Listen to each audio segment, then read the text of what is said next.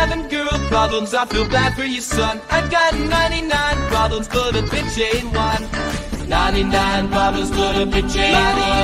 99 problems, but a bitch ain't one. If you got some dough, 99 problems, but a bitch ain't one. He's my whole asshole. 99 problems, but a bitch ain't one. I got the route patrol on the cat patrol. Those that wanna make sure that my gas gets closed. The year's 94 and my trunk is raw. In my rear view is the motherfucking law. 99 problems, but a bitch ain't one. 99 problems, but a bitch ain't one. 99 problems, but a bitch ain't one. 99 problems, but a bitch ain't one. 99.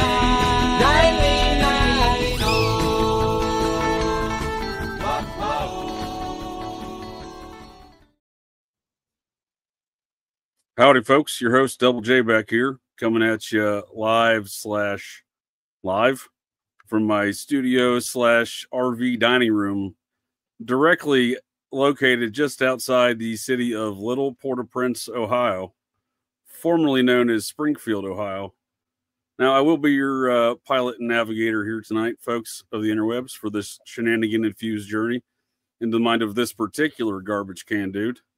We're going to be talking mounds, murders, and an ancient alien cargo cult.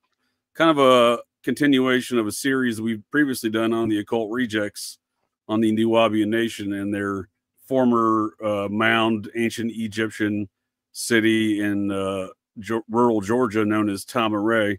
In that conversation, I was joined with the hosts of the Occult Rejects, Nick, and fellow Occult Reject, Theresa, in those previous conversations. And part 3 here tonight. So I want to welcome Nick and Theresa to the conversation.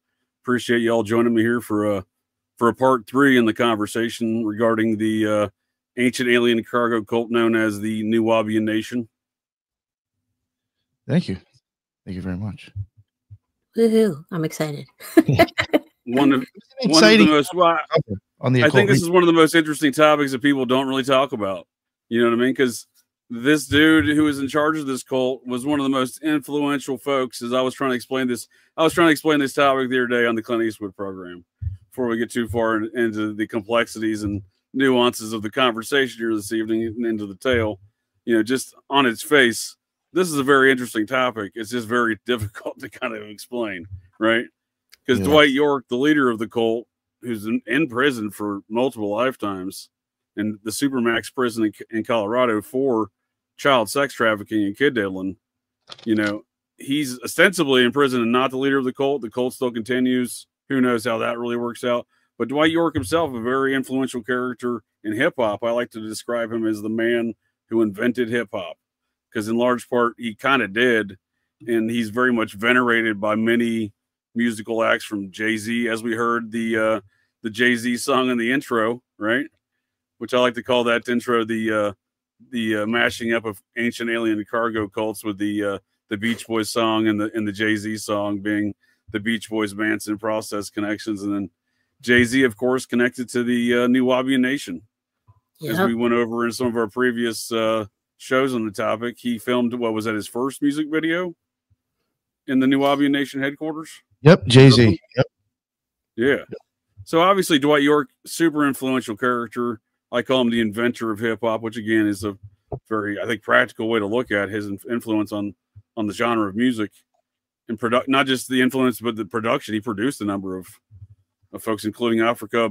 I always mess his name up. Boombata.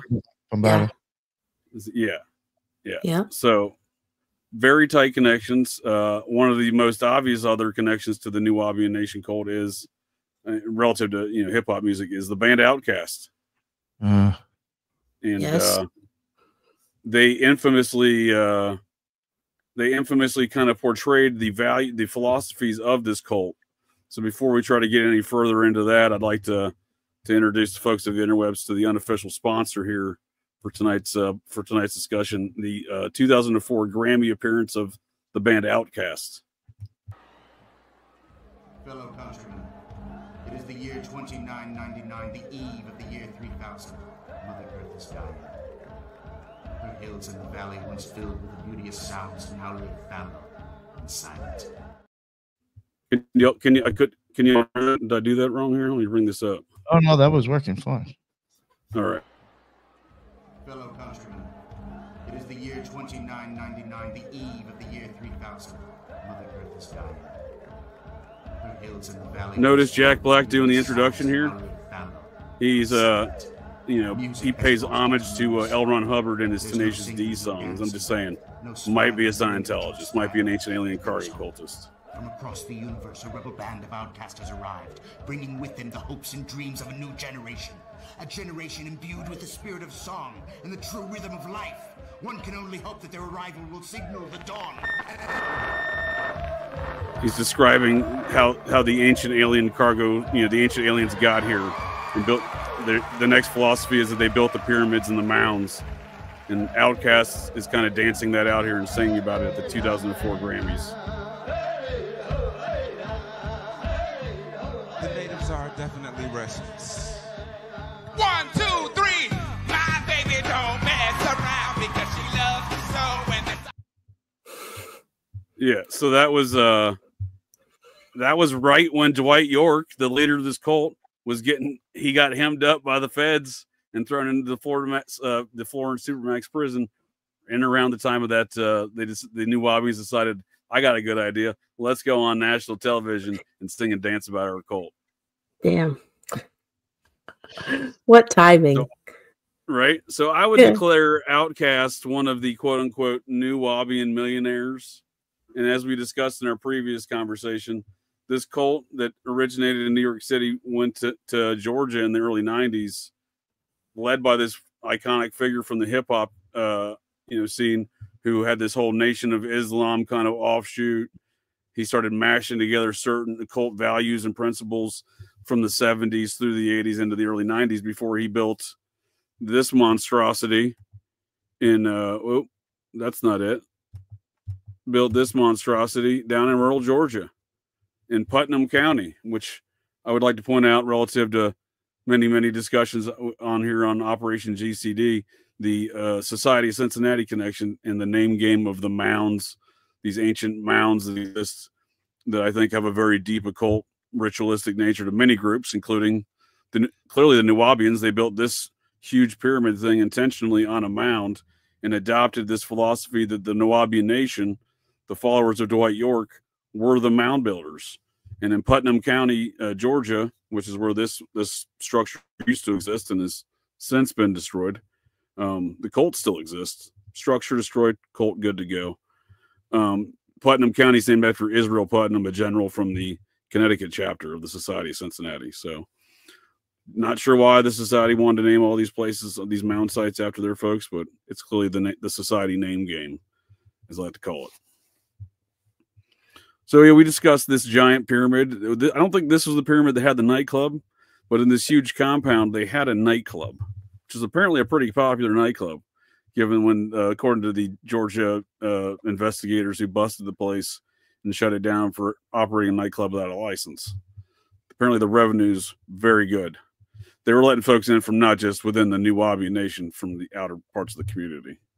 And given Dwight York's hip hop connections, I imagine they probably had some good musical acts come through there, right? Maybe even Jay-Z. I would guess that's why it was so popular. Maybe people were hoping to catch a glimpse of somebody, right? Right. Maybe Outkast performed the wonderful 2004 Grammy performance in this nightclub in the center. I think it was the brownstone kind of sandstone looking pyramid there in the middle, not the black one. I believe the other one had it opposite the obelisk that existed there as well. But this is a pretty substantial compound, well financed, right?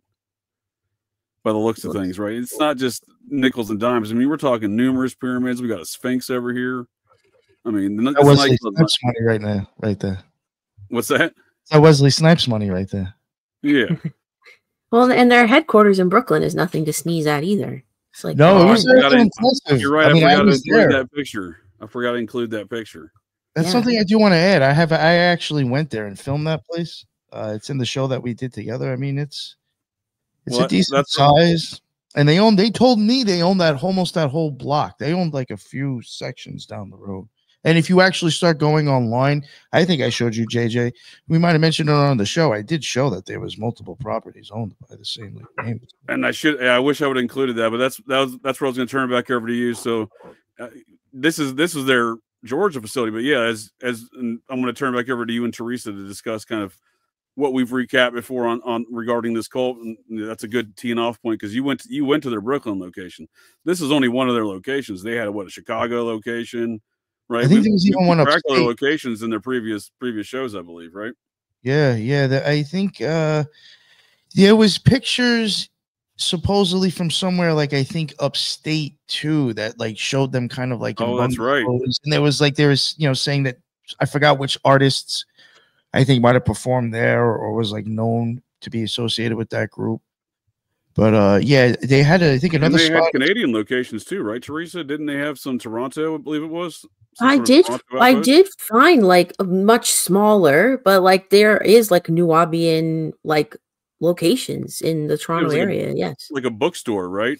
Yeah, it's like some tiny and honestly a not very nice area of the city, but like yeah, it was just like this little tiny looks like a makeshift church kind of place where it'd be like New Community Church or something, and it's just like this one unit.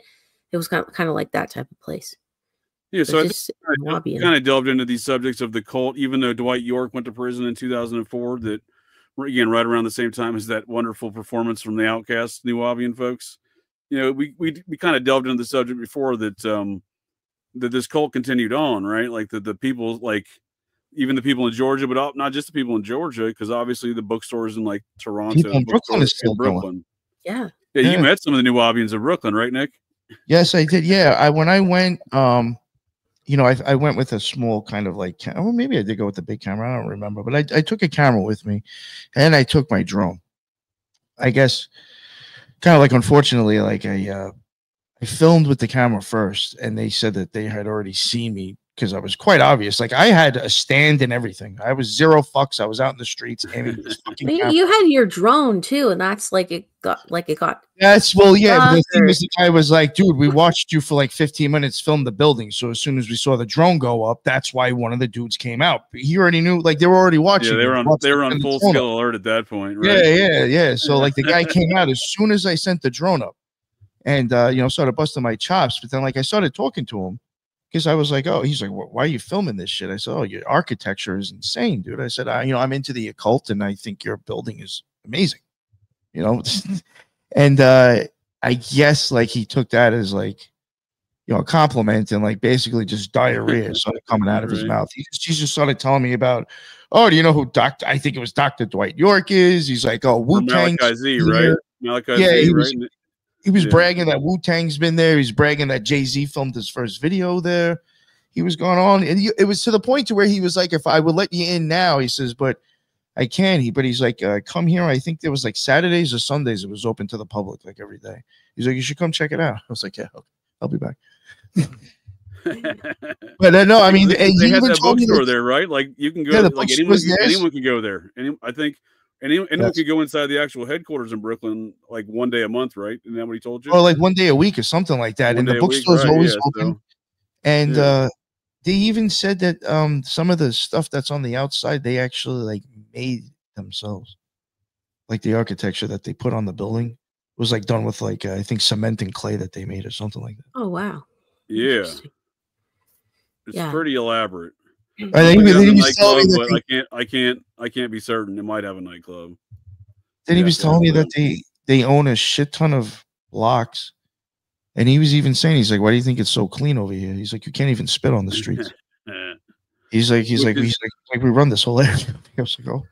Yeah, which I don't care what part of Brooklyn you're in to own a few blocks. Like that's some money right there. I will say though, where they are. When he did say that, I did look around and I was like, not for nothing, this is actually pretty clean out here, considering other parts of Brooklyn. Right. Like it wasn't a bad area visually. Right. I was like, all right, I don't know.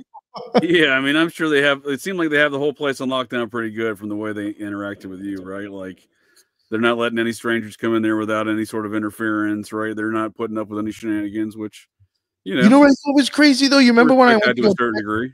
I went to go check the amount of sexual predators in that area, and it was like 90 something, like within such a small area. I was Oh like, my what? God. Well, Yeah. It's like the area if it's so populated. Who knows? yeah, now that you mention it, this should all be a high alert to anyone who saw this scene, because the cult, you see all these kids running around this Georgia compound, which the locals, there are videos that show like town meetings and stuff and other presentations where the locals were clearly concerned about the youth that are running around this situation here, because the cult leader did get put away for child sex trafficking and kid diddling, and so that does seem to be a problem. Maybe they don't see that as a problem internally to the cult. Maybe that's why there's a high concentration near their Brooklyn headquarters. I just thought it was like, okay, the streets are clean, but you got creeps out there. Yeah, you're right. Maybe they are the creeps, though. That's the thing. That's why they're there. Well, there seems to be some sort of crossover there, right? Yeah, I think that's what I'm saying. Maybe. So what I'm saying is maybe they have a different worldview. Like Scientology, they don't view children apparently as children. They view them as old aliens in like a little person's body, right? So that's why they can put them to work for 72 hours a day at the age of like 10. You know what I mean? That's why they're child actors and stuff. Yeah, there you go. Yeah, put them to work. They don't need a break.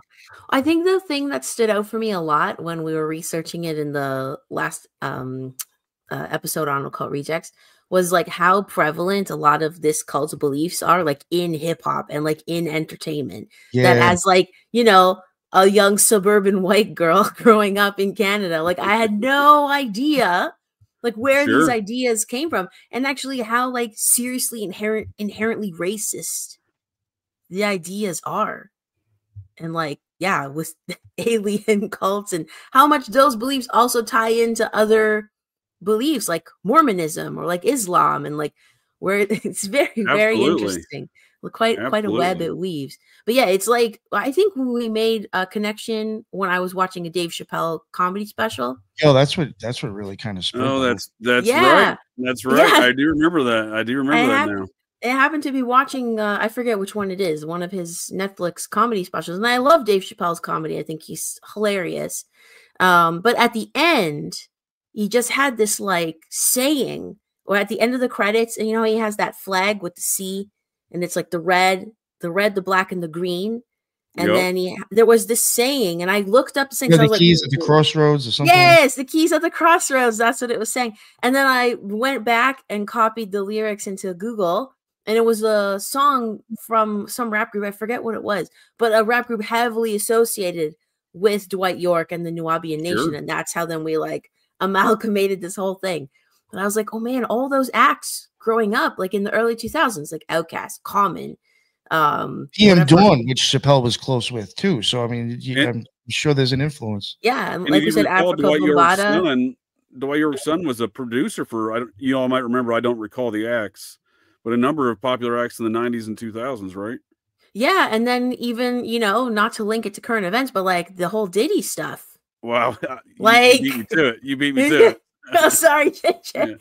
Yeah, no, it like totally comes fine. We're on the same track here for sure. Yeah. No, I mean, if you think about it, because there was Nick brought up, and this you're discussing the Chappelle stuff. I think that was the second part in the series we did there on the Occult Rejects there back about a year ago, right? I feel like, and if you recall, Nick brought up in that conversation as well that Dwight York. I think Dwight York Jr., the son of the cult leader, at least whatever his name was implicated in a possible conspiracy and coup of his father, along with one of the other rappers. Right? Nick probably recalls it. Prodigy from jail was writing letters to some news people, hip hop news people, and he had wrote in the letter that he thought that there was rumors that it was quite possible that York's son and Jay-Z. There we go. Yep. Had him set up so they could take over the thing. Back to old Jay-Z, friends with a Marino Abramovic, doing business deals with NXIVM's chief legal counsel. This dude even had a problem with Jay-Z too. I think it was Prodigy. I think he was supposed to go on tour and open up for him or something, and only did like a few shows. Yeah. And they canceled on him. And then there was like a weirdness between them. I remember you saying that now, and like Jay-Z just gets to be the point where like is there a creep like now that Diddy's in jail? Is there a creepier and like R. Kelly's in jail? Like, is there a creepier dude in the hip hop rap game that's out on the street still? You know what I mean? Than I Jay Z. think there's a few. Might be like it's probably a close race between a few of them, right? But Jay Z's definitely on top, I think. Maybe he's the grandmaster. Who knows? Nice. I've actually never seen this movie, but I do like Kurt Russell. In fact, we just did a he does. Holy shit. Occult review. The thing. Of, wow. Big Trouble in Little China. So I definitely appreciate the compliment for sure. The Thing. That's a good movie. I haven't watched it, but I do like. I'm a big Kurt Russell fan, so I'll that's definitely. Good. It's a good weird one. Definitely have to watch that. But yeah, so all of this cult stuff, numerous cities, all this stuff going on, and the the person down here in the Georgia section, the guy who did all the security, right, for this whole compound, right, was none other than Blade, Mr. Marvel, Wesley Snipes here, and his Amun-Ra security company. So he was and he was financing a lot of it with his Amun-Ra production company, his movie production company, which brought us these wonderful films such as Blade 1, 2, and 3.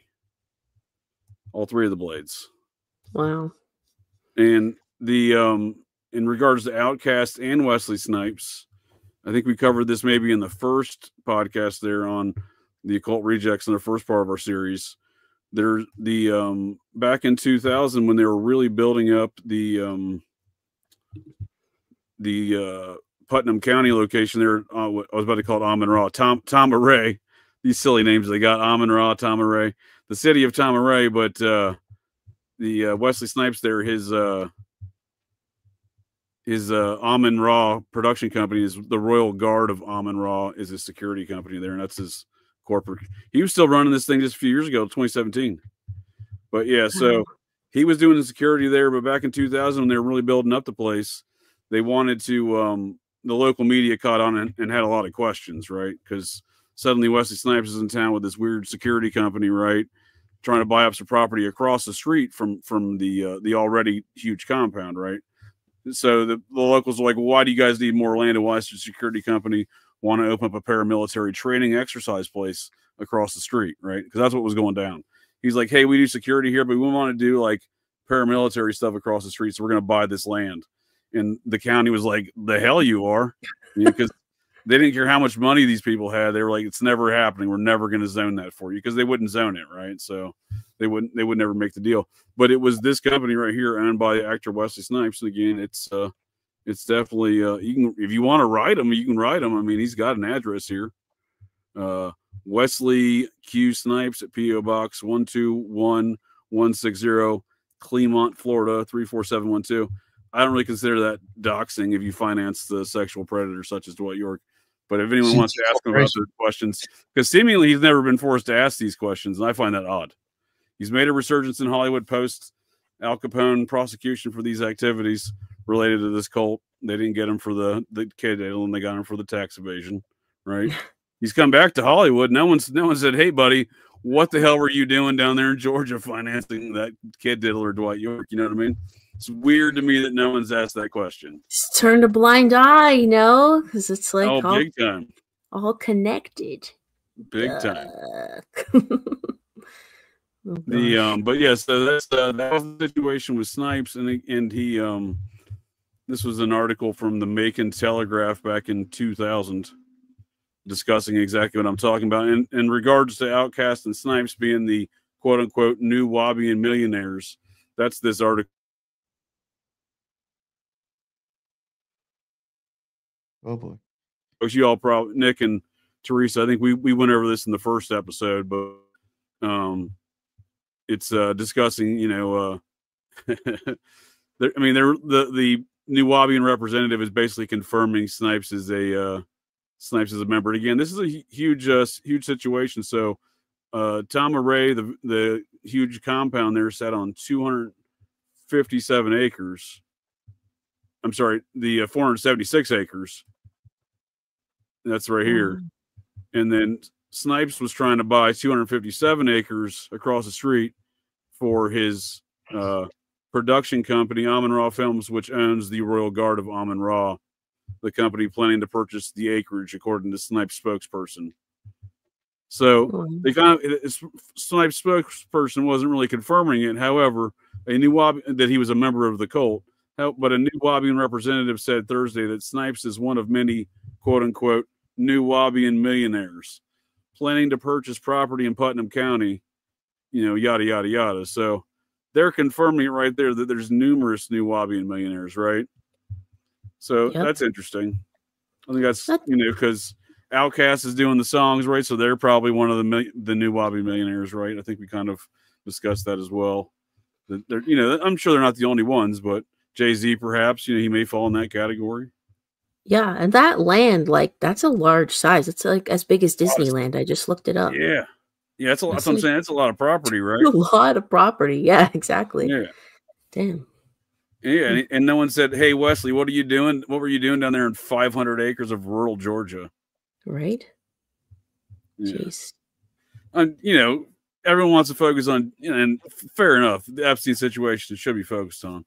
I'm not saying that at all, but there's obviously other situations that related to kid trafficking and kid diddling, right? Like what occurred here and what the cult leader is sitting in prison for. And again, despite him being in prison, it seems like maybe a mafia type relationship where he might still be the mob boss, but he's like in prison type of deal, right?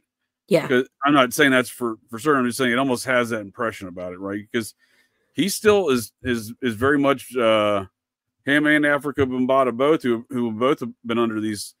Bombada has not avoided his kid diddling charges either in recent years or claims, right? Is the underling of Dwight York, if you will. He was York produced his early work to start hip hop, right? So these people are still venerated in modern day hip hop, right? So I mean, it's to a certain degree, it's something's accepted as far as these people still being, they're still accepted in certain circles, is what I'm saying, right? And that's all I'm saying is Epstein, big deal. But obviously, what's going on with a cult like this? Do we really know the full story about the kid diddling or the kid trafficking that was going on here just outside of Atlanta, a city with a lot of child trafficking, pornography, and murder problems, like the Atlanta child murders? You know what I mean? Yeah. It just seems like it's an area that's kind of this. They've had a lot of problems with kids, and there's still not a lot of answers to what went on there. Mm-hmm. Yeah, we really don't know the extent that the cult had influencing the surrounding area, I think. Yeah, well, they're still there, and that's a good point, because that's kind of our conversation tonight, the influence in the surrounding area, because not only are they still in Brooklyn, as Nick met them and videotaped in our previous conversations, they're clearly still in Georgia. And I stumbled across a YouTube video, kind of a investigative journalist documentary on the New Wabian Nation relative to the murder of two elderly folks back in 2014. So 10 years after York goes to prison. So ostensibly, 9 or 10 years after the city of Tamaray has been seized by the state and destroyed, right? All those pyramids, completely leveled, no more nightclub for anybody. That's gone. And that was 10 years before these murders that we're talking about tonight. But this investigative journalist seems to have found some connections.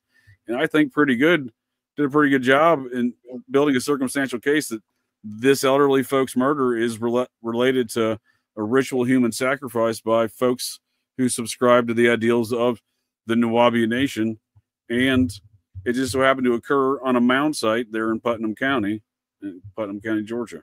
And so as far as their influence in the community, it seems like, according to the sheriff in that video too, it seems like they have a lot of influence in the community down there still.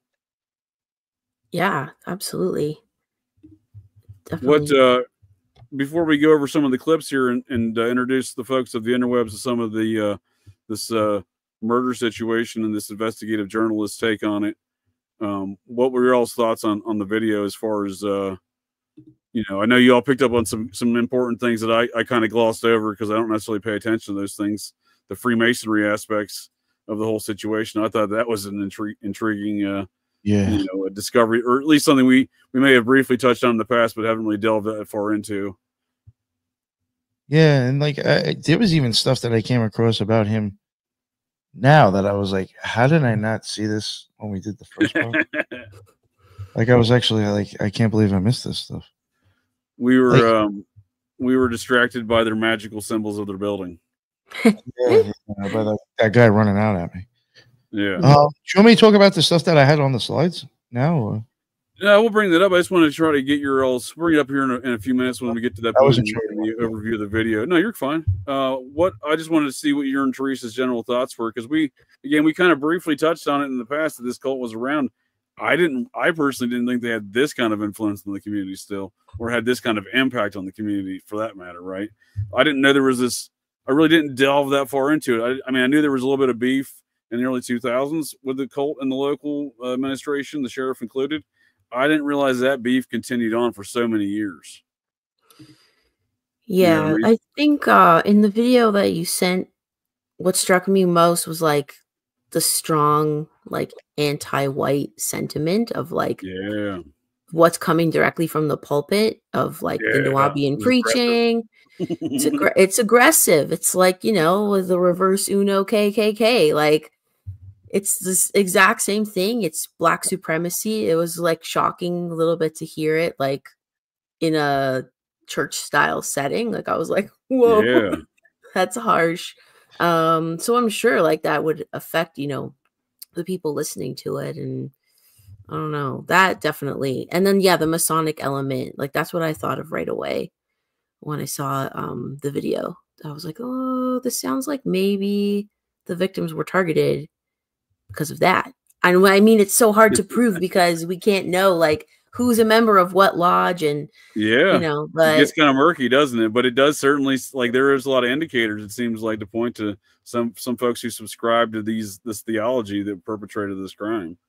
And the crime being the murder of a very elderly 80-year-old couple octogenarians in a very rural, or not rural, but very ritzy kind of lake area, in a fairly rural area of Georgia there in, you know, Putnam County. It's not the most secluded place, but it's fairly rural.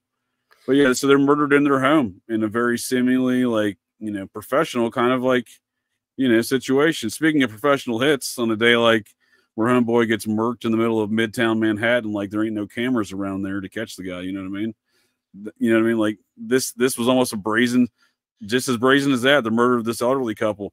Because to this day, there's never been a clear indicator of how the assailants got in and out of the house. But what ends up happening is, to say, when I infer this is a ritual human sacrifice on a mound, is because they transported the victim out of this house and murdered one of the victims on a lake on top of the mound location. And there's really not a necessary reason which to do that. You're clearly picking up an 80-something-year-old woman and carrying her. She's not walking like that, and it's not easy to do that. And there's no real purpose to do that. And the man, they ended up lopping his head off and leaving his body. I mean, not to get too graphic, but they lopped his head off, and I mean, as it happened, you know what I mean? I mean, they lopped his head off and left his body in the garage, but took the head. You know what I mean? So like, there definitely screams like some ritual stuff going on. I mean, is that kind of what you gathered from some of the incidents around this Nick? The kind of the ritual purposes. I mean, they even kind of covered some of the lopping up of the head as far as an occult situation in the video, right? When it comes to this situation, I had, you know, really had like two theories on that. Neither that it was ritualistic, like you're saying, or maybe it was still ritualistic in a different sense, where this might be a stretch, but like, you know, Muslim or Islam, they can have like certain punishments for certain things. Sure. And he was very much into, he had his own Shriners. And he also had a lot of like, you know, and the reason I'm bringing up the Shriners is they have a lot of kind of like Islam look to them, their art and their symbolism. And I mean, he was into stuff like that as well. So it's like, I wonder if that was even just almost like this is just the style of punishment for what I think you have done. No, that's certainly a good way to look at it. I was you're talking like some eye for an eye type of punishment, you know, right? Well, like he would have been killed in a sense for blasphemy, and his wife was kind of killed in the sense if you were trying to be a martyr in a sense. Like, and the thing is, what if they didn't want to have to kill her, but they had to in order to kill him because she was there? She would have been shown as possibly as a martyr because it wasn't. Yeah, I understand what you're saying there, but it kind of negates the purpose of transporting her, right? Yeah, I feel like the ritual. It had to have been done on purpose. That's what I think. Yeah. Like, why not then just like stab her or shoot her or something? Well, that, exactly. no, That's what I'm saying. They went to an effort to move this woman 5 miles across the lake, and apparently tie her down to something at a very specific location. I would argue that specific location is a mound site because that lake is flooded, as we've discussed, or folks of the interwebs have probably heard, at least here on Operation GCD. I talk about all these valleys that were flooded and the mounds that sit now at the bottom of these lakes that were part of the U.S. Army Corps of Engineers.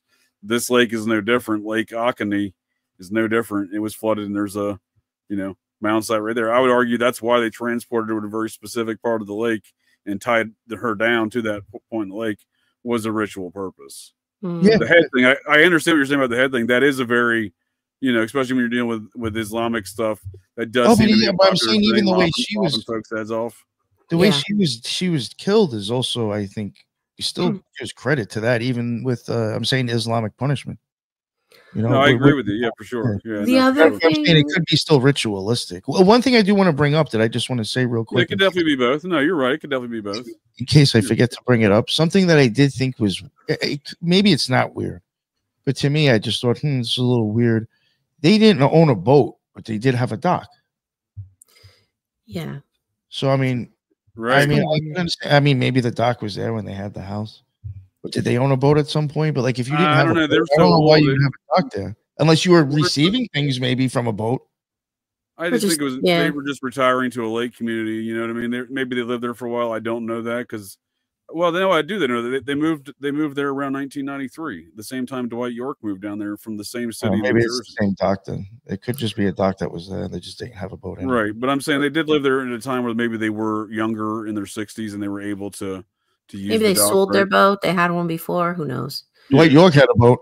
He has a boat. Well, what has been established, law enforcement has not established how the assailants entered the facility. They do know they left by boat and then again did some weird ritual stuff with the old elderly lady over there. I don't know that they ever recovered the gentleman's head. I don't. No, never. Yeah, I don't think so. Yeah. No. So the other thing about the decapitation, though, that I found interesting was in the video that you sent. The creator of the video was making a good point that in like Egyptian like burial customs or death rituals or whatever, decapitation is like a second death. Like it's to prevent your soul from like passing over properly and like disturbing your afterlife experience. Like it's very, disrespectful to the body. Right. So it was a great point. Did they do that on purpose? And I'm glad you brought that up. I have that timestamped as well, talking about how it could be the occult aspects of this. Again, I think as Nick pointed out, it could be both the punishment and the occult aspect to the same action of lopping this dude's head off. Because, I've seen some folks get real aggressive with that sort of thing in the Islamic world. I was in Saudi Arabia back in what's that? Who's to say those punishments aren't have like occultism already in there to begin with? Probably. It's certainly possible, especially when you're talking with something about the situation here where there not only seems to be some sort of racial tensions, there may be some sort of Masonic back and forth as well involved in the situation.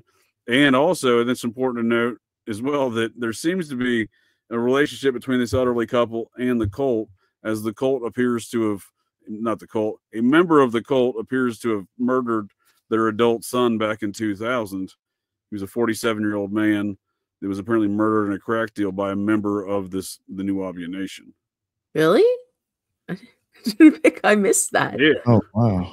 What? So this is well, I'm not that they infer that could be the situation in the video. I don't think there's any record that this guy that was the apparent murderer of their son. I think there's any record that there's no membership card. He does have a kind of a Nation of Islam name, and apparently he at least had connections to the cult. That's been established, right? Whether or not he's a member, different story. But yeah, so their son. This first of all, this is the Mound site that I was referring to, or under the lake Oconee, and again Putnam County. But yeah, their son was murdered. Mark Dermond was murdered in August of 2000, August 30th. Yeah. The newspaper article I read right here, arrest made in slaying of Dunwoody man. I guess that's Dunwoody. A Dunwoody man was shot and killed near Atlanta University on his birthday, Mark Dermond, 47, died Tuesday night after being shot 3 times in the neck and torso. All right. A friend, Grady Harris Jr., 51, was shot in the leg, said Atlanta police officer John Quigley Harris. Said John Quigley. Harris survived the 10:15 p.m. shooting. Oh, and Martin Luther King Jr. Boulevard. Way to go. That's always a hot spot for hood rat activity in any city. Early Wednesday, homicide detectives arrested Shatik Hinnett, 28, on a charge of murder. So he apparently had connections to the cult. That was in 2000. So, I don't know if there's an ongoing beef between these specific elderly folks and Dwight York and gang. Who knows? Because, again, the other weird part I thought in the video, and I'll put a link to this fellow's video in the description of the show, but the other thing I thought was strange is they came from the same town in New Jersey, within a 5-mile radius of one another.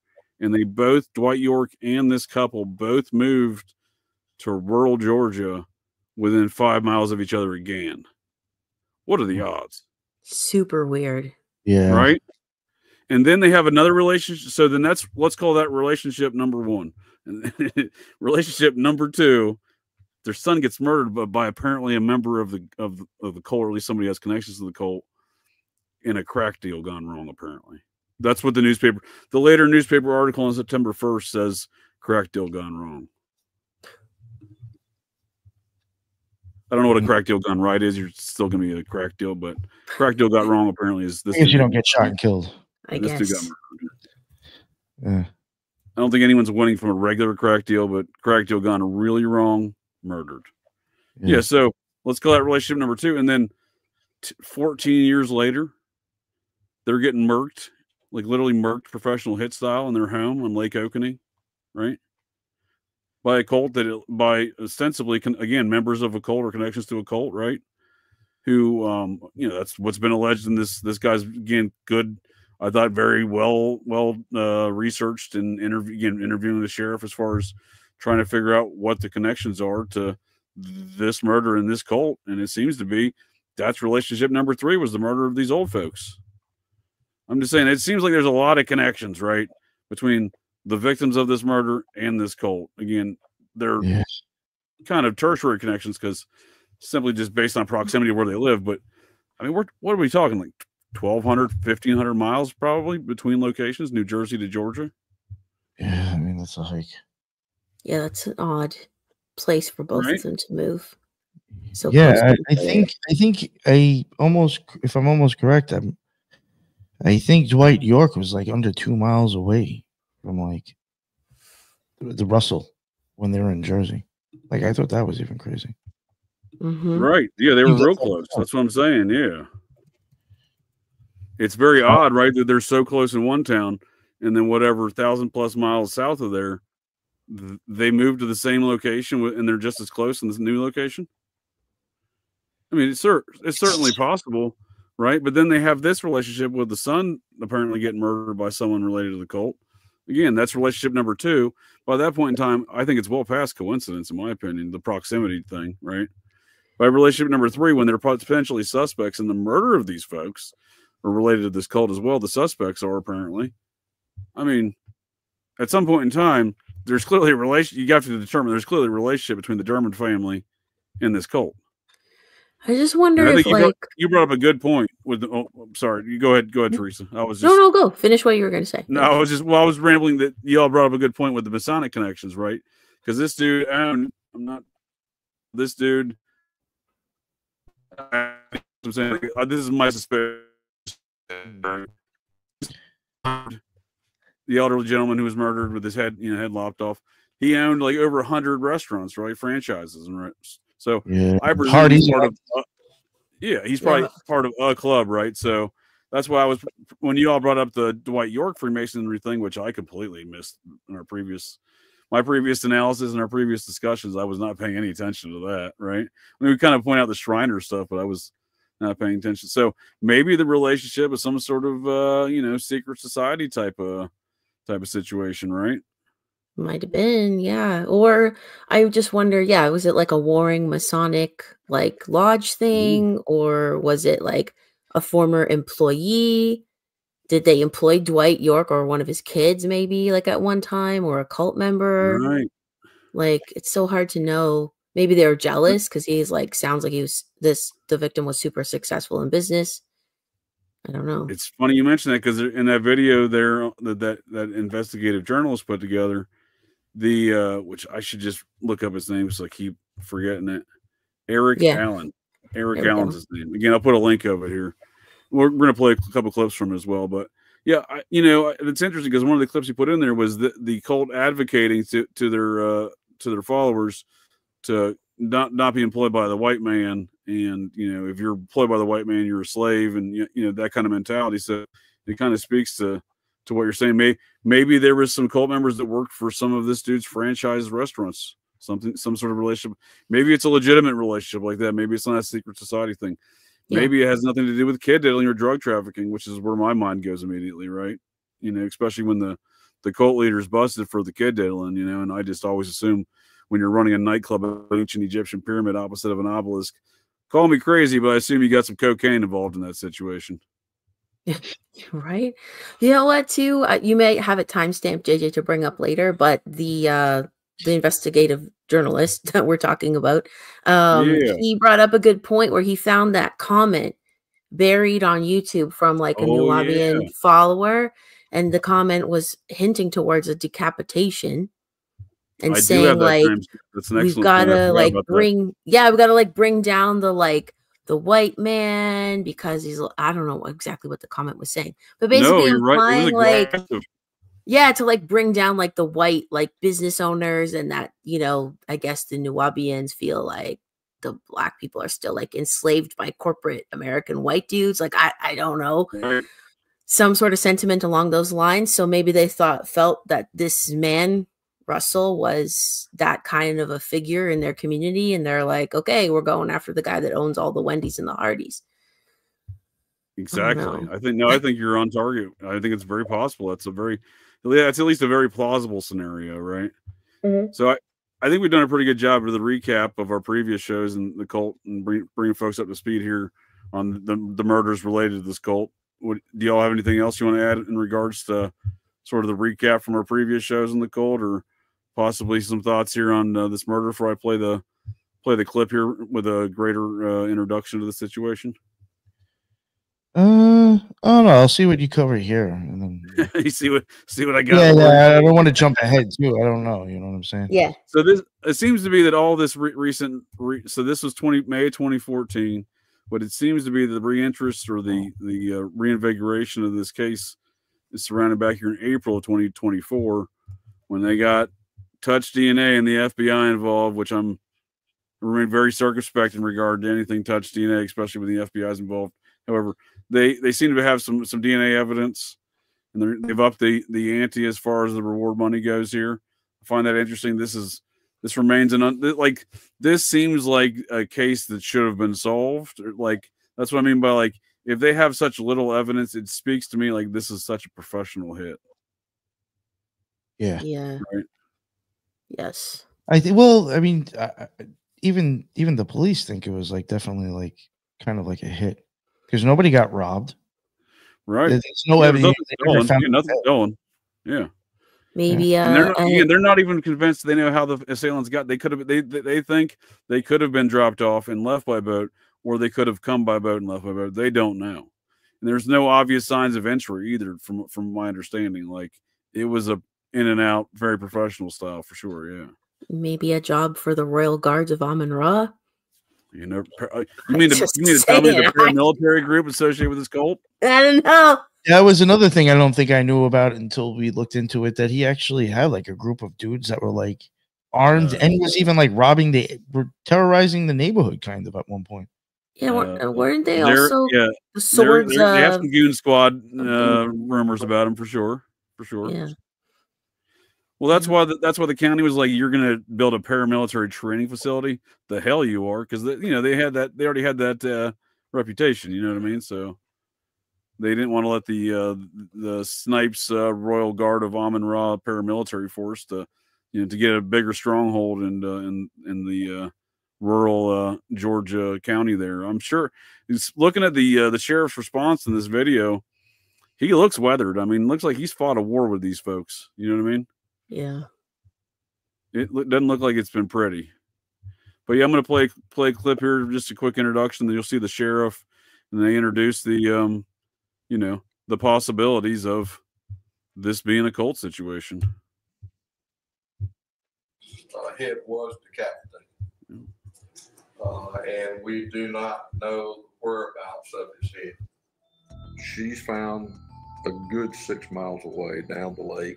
This is not some rapidly flowing Drone footage. I figured you'd appreciate that, I wasn't Nick. going to include Occult in this episode if it was clear that they didn't have anything to do with these murders. But after days of obsessively researching, I figured you'd appreciate the drone footage. Yeah, I heard you say that. You got jokes. Oh, all right. When they hurt you, hurt them back. I think it's just a matter of time before people get the courage. You can see that body recover there. It's the middle of the lake, right? I mean, like, why would you transport the person there? They're mischief makers. They're troublemakers. They're killers. They are disease. It was a warm spring day at Lake Oconee. I'm assuming this is the Peggy and her filmmaker, husband Eric went to Allen. check on some neighbors of theirs. Oh my God. It is a pretty swanky spot, though. Look at it. You know what I mean? It's nice. It's some nice. Even if you don't have a boat, there's some nice I spots. think I had somebody dead. They knocked on the door multiple times. No answer. Finding the door was unlocked, they let themselves in and began calling for Russell and Shirley. They walked through every room in the over 3,000 square foot home. There was no sign of Russell or Shirley, but there was also nothing out of place. They seem like some nice no family signs of folks. They any don't seem like they're doing Things any did kind of change trafficking when and they stuff, walked but you know. inside the garage. A man I'm not was trying to lying impugn the lifeless folks. I'm on just the saying garage when floor you're the in a victims pool of this blood. cult twice They for would some later reason find in this out that family. it was their good friend odd. Russell Dermond, but at the time they couldn't be sure of who it was, as Russell had been decapitated and his head was nowhere to be found. About a week later, 5 miles from the Dermonds' home, Shirley's bloated body floated to the surface of the lake, with two 30-pound concrete blocks tied to her ankles. The seasoned sheriff was completely baffled. Nothing was missing from the home, and he couldn't find any obvious that's him enemies. earlier this So year. what happened to Russell and Shirley Dermond? When I began researching for this case, I figured it would have some level of mystery and intrigue, but honestly, I had no idea just how deep of a rabbit hole I was getting myself into. So it seems like he, you know, immediately picked up on the cult situation from the way he starts talking about it. I mean, you kind of get that impression that I think the way he introduces it, but like as he gets into it later, like his first conversations with the sheriff was kind of like in a passing comment making it about the cult, and then the filmmaker, the investigative journalist, apparently like slept on that idea overnight and was like the next day was like, wait a second, the sex trafficking cult was right down here, and wait a second, somebody associated with that cult may have murdered this, you know, may have been the murder of these people's kid. You know, I think he immediately zoned in on, I think his introduction kind of gives that impression is through his investigation, he immediately zoned in on this stuff, which begs my question of how do they so puzzled? You know, there's so, if there's such an immediate, like apparent connection to this, you know, some sort of follower of this cult, and they have Georgia Bureau of Investigations, they have FBI involved in the investigation, right? Like, and here we are 10 years later, and they're like, oh, well, we have no idea. We're clueless. We couldn't begin to tell you a suspect. You know what I mean? Like, it just doesn't seem plausible to me. And now they got touch DNA. Well, now they got touch DNA. Well, that's a miracle. That's solved. It's solved at that point. You know, I'm not saying that touch DNA can't lead to a proper, you know, identification of a suspect, but from the current uses I've seen it, no. Like the Idaho 4 situation, that's a joke of. If you want to call that science, I mean, all right, I don't believe you, but yeah. So that was the quick introduction, at least. And then speaking to the fine details, I guess, of the murders, the more intimate details, what these folks were victimized of. I got a clip here for that. Stand by 1 second, please. The average person sees around 10,000 online ads daily. Here's how a man's life would change. I guess I couldn't. I guess I could pay for premium, but with his bathrobe, it could also not be bunched up cheap in a pool of bastards. blood underneath his body. There were defensive wounds found on the body, showing that a struggle had occurred. Russell's hands were bruised, and there was a large gash on his left finger running down to his palm. The medical examiner stated that Russell was already deceased at the time of his decapitation. On Friday, May 16th, around 2:30 p.m., the sheriff's office received another phone call. We received a call here at the sheriff's office from some fishermen. Yeah, so they seemed pretty puzzled from moment one because, like, they knew she was A patrol gone. boat was dispatched, like, obviously, and that upon extraction whoever of the body, it was committed her determined to murder there in be the middle of the lake, they 87-year-old did in such a Shirley job that at Durham. least they disguised it for a Despite number being of weighed days, down which I by found two very interesting. 30-pound concrete blocks, I don't know what their it had intent was floated there to the because surface due to tying her gases down, building up in it's the never. body I mean, from decomposition. doesn't I seem asked to ever Sheriff be Sills about the successful. area that Shirley was found in, and he explained that when Parts the of the river body was seem to dammed and decompose the area and was come up the flooded, lake. they left a few sections of what they call standing timber. Essentially, in these specific areas, you can be in about 50 feet of water and see the tops of trees just below or sticking out right above the surface. That's because that used to be a town with the mounds on it. That's why the trees are still on my there. boat when I was in that area. You trim it up as high as you can get it, and go slow and watch for. That's what happened Same with sheriff. Irma's body. She came up and floated over and caught on the top of the tree. There were two cap blocks in a mesh bag. The cord kind of wrapped around the tree. The top of the tree was maybe just 3 inches or 4 inches beneath the surface. You could see it if you were going slow. Her skull was fractured and 2 lacerations were found on her head. It's believed that she was killed by blunt force trauma. So they being anchored her to discarded one of in the those lake. trees that stand there She's for the flooded town. A good 6 miles. They clearly, away it down sounds the like lake. the way they This is prepared not it too. some They spent some time rapidly doing it, so they weren't really flowing river. alerted. All It sounds things like about her not only committing the murder, file, but you talked to dumping the body there. hydrologists. She pretty much came up where she went down. The area that she was recovered from is undeveloped and can only be accessed by boat. So while we don't necessarily know if the killers used a boat to get to the Durham's home, we do know they used a boat to discard of Shirley's body.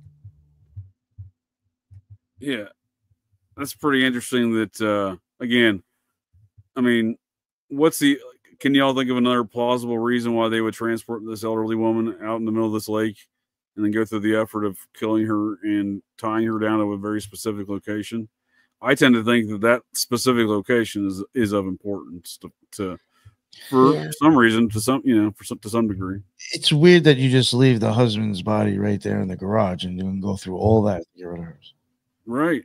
And you're opening yourself up to a liability of getting caught by going out in the middle of a lake in the middle of the night in a swanky place where, folks are going to pay attention to things out of the ordinary. And you may be operating without lights in the middle of this lake, but I mean, you're probably making noise and tying a body up and anchoring it to a tree. I'm just saying you're introducing yourself to a lot of variables of getting caught in that situation. And it doesn't make a lot of sense unless there's an intended purpose to go do specifically that at that specific location. Yeah, I was just trying to look up like ritual drownings, like the meaning of it, and maybe in like native culture. There's definitely like maybe a connection there, I think. And also like that Lake Oconee, or however you say it, sorry, Oconee. I think it is like created on top of an Indian like community site. Yeah, big mound. So probably burial grounds there, right? Yeah, and it's kind of those Mesoamerican. So I think there's various rituals that have occurred at various style mound sites. These specifically are more like the Mesoamerican style mounds. Mm-hmm. So I think, thinking of like an Aztec or something like that kind of ritual sacrifice, right? Yeah. I think that those cultures mess with these southeastern mound site cultures.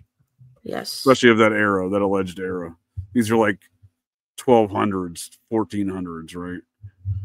Yeah. So I think with the mounds were going there, with rituals going there.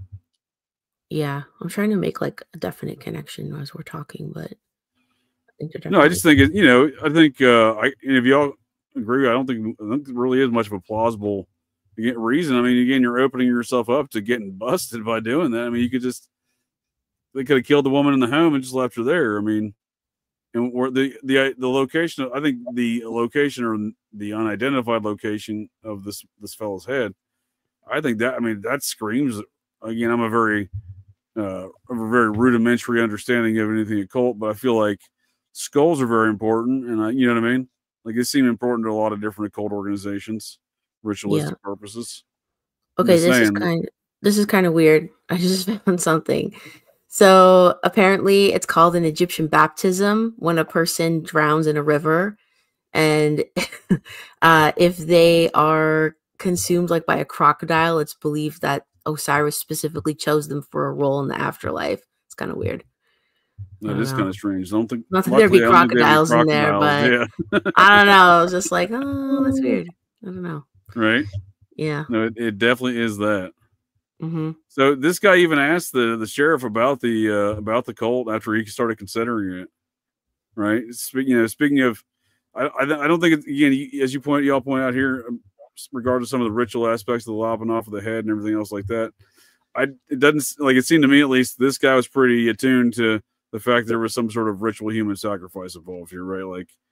Like he didn't seem like at all like, oh, maybe it's this. Like, he's like, oh, it's probably this, right? Like, establishing X, Y, and Z reasons why. But like, I don't think he really wants to like introduce that necessarily directly to the sheriff.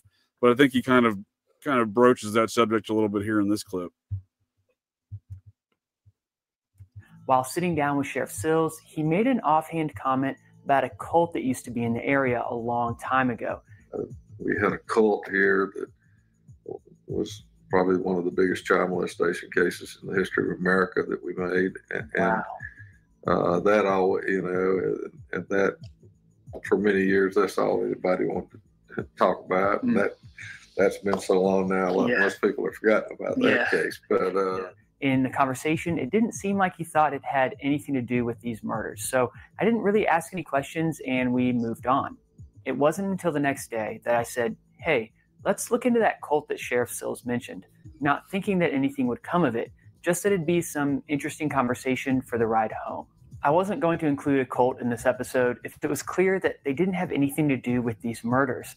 But after days of obsessively researching this group, I believe it's far from clear. The Nubian nation was founded. Yeah, so this dude seems to be pretty in tune to what's going on there. Like this, the ritualistic aspects that may in fact be related to the theology of this cult. I just want to again commend this dude, since I'm using so much of his material here in this discussion, that I really do respect the investigation this fella did. He kind of explains the ins and outs of where he even kind of drove off the path in his investigation, and I appreciate that aspect, the objectivity of it. Yeah, no, I think he did a really good job. It's great that he like went there like right away in his mind. Well, almost right away the next day. But... Well, yeah, it sounds like this was from the spring, from the resurgence of the DNA evidence that spawned this investigation that he conducted into these matters. It seems like that's the renewed interest, at least, was as a result of that. Because I looked at his channel; he's got a number of other true crime stuff he started doing in recent months. So, it seems to be something that I haven't seen his other work. But if it's anything like this one, I'd say it's pretty good. Must be pretty good. And then I got another clip here, more on the occult ritualistic aspects, and then that kind of, those are the comments you were talking about before, Theresa, that regarding that video.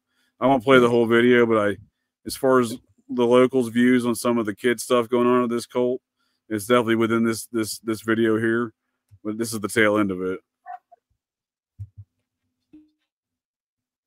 Maybe. After these messages, we'll be right back. Miro? Is it because it's the innovation workspace? Is it because of its AI-powered canvas? Is it because teams stay on the same page from idea to outcome? Yeah, all three. Innovation belongs on the canvas. Innovation belongs on Miro. It doesn't belong. Oh, come on, YouTube! You gotta be kidding me. I'm impressed with it. How many videos? I mean, it's the same video. Girls out there at the York place are having children. They seem awfully young to me. They are still active. They're out there. They're pretty pathetic as far as I can see. I'll be honest. My heart started beating a bit faster when I saw the date that it was posted, April 25th, 2014. Yeah, this was a solid find. Just 7 days before the murders of Russell and Shirley Dermond. I decided to put the comments in order of date so that I could scroll back to the beginning and read the comments made around the time of the Dermond murders. This commenter left 3 pretty long comments, but a few lines in particular really stuck out to me.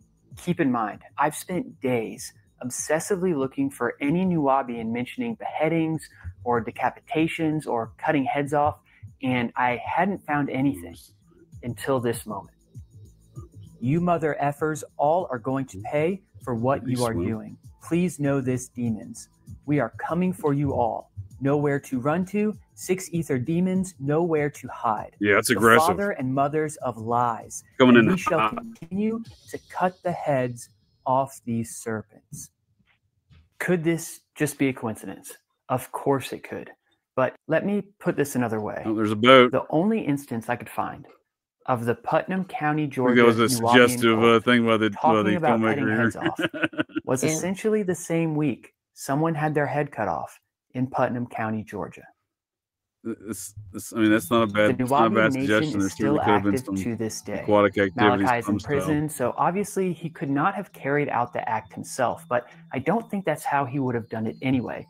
What if Malachi ordered the murders of a few white devils as revenge for his incarceration? Or what if a devout follower took actions into their own hands?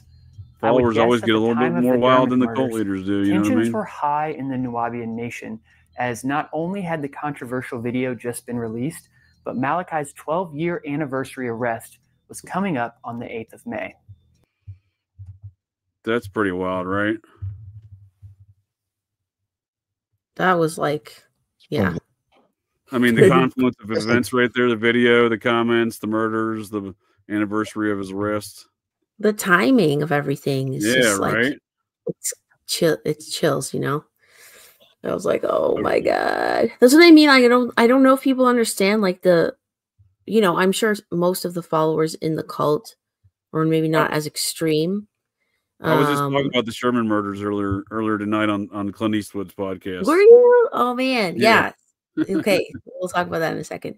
But I just don't know if people understand like this, how strong the anti-white sentiment is. Oh well, I mean, I think that those YouTube messages may seem like an extremist point of view. I think that's kind of like down the middle of what their theology is, right? I think that's kind of the average. That's the standard. I think so, unfortunately. Yeah. But yeah, like sorry, I don't know what her handle is. Boy or girl, actually. Better propaganda for the end of the Matrix. So apparently that commenter is also Canadian. Yay. But she or he was saying that the murder reminds her of the Sherman's case, which I had said that earlier today also. I can think of the court. That's what made me talk about the Shermans earlier. I didn't talk about this case a lot, but that is what made me talk about the Shermans. That these prominent elderly couples that seemingly go, clearly getting murdered, but it's a mystery. We don't have any clue, did it? Yeah, well, that's another one. Like they don't know how they got in and out of the house. Right. It seemed to be a professional hit. Right. Didn't they write it off as a suicide at first? And they're like, oh, they hung themselves in the pool house, right? There was no way it was a suicide. It's crazy.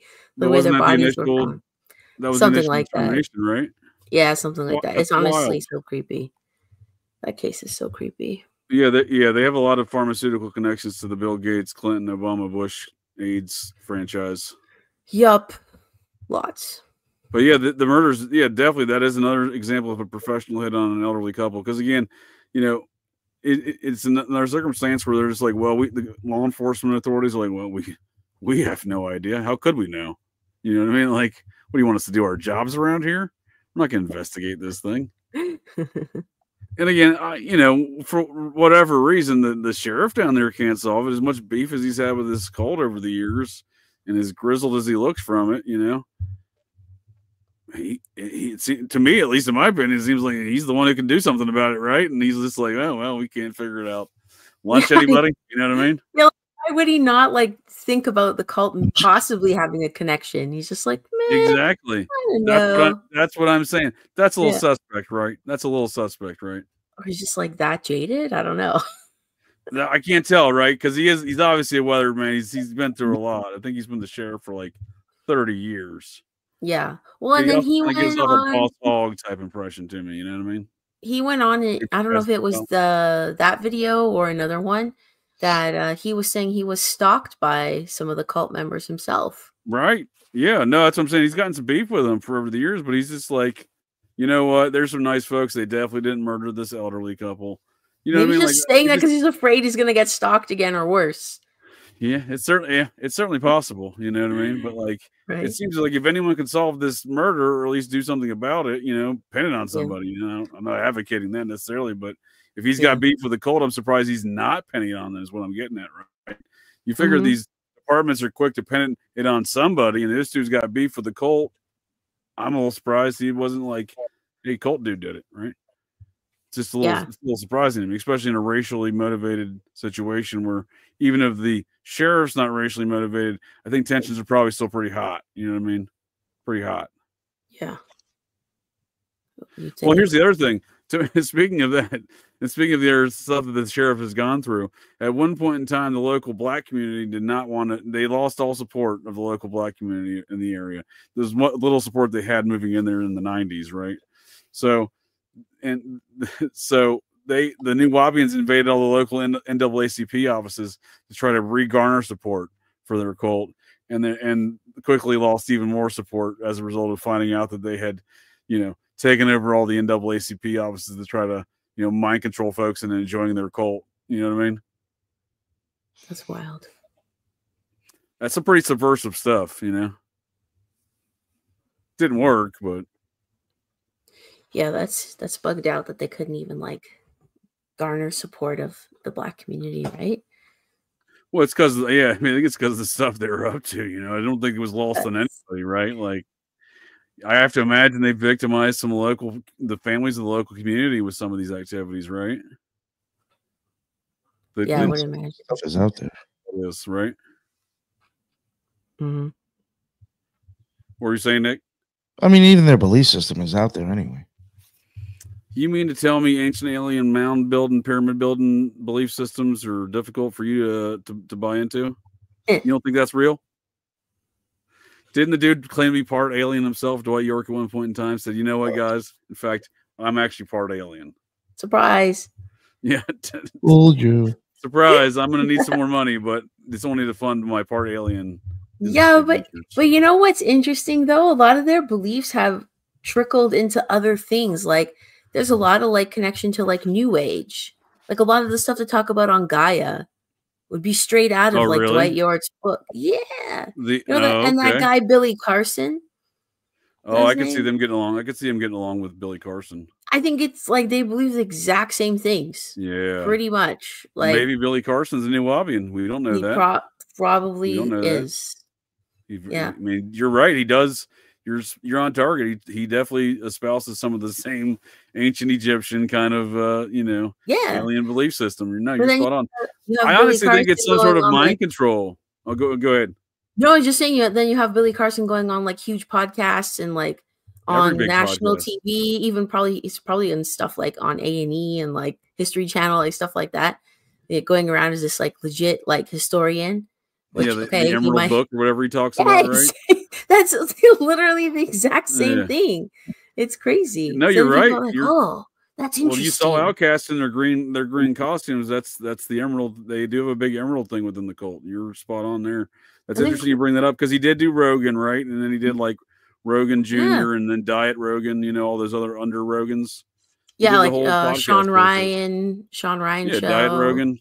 Diet Rogan, exactly. Actually, we were talking about occultism and music like recently. Didn't we do that?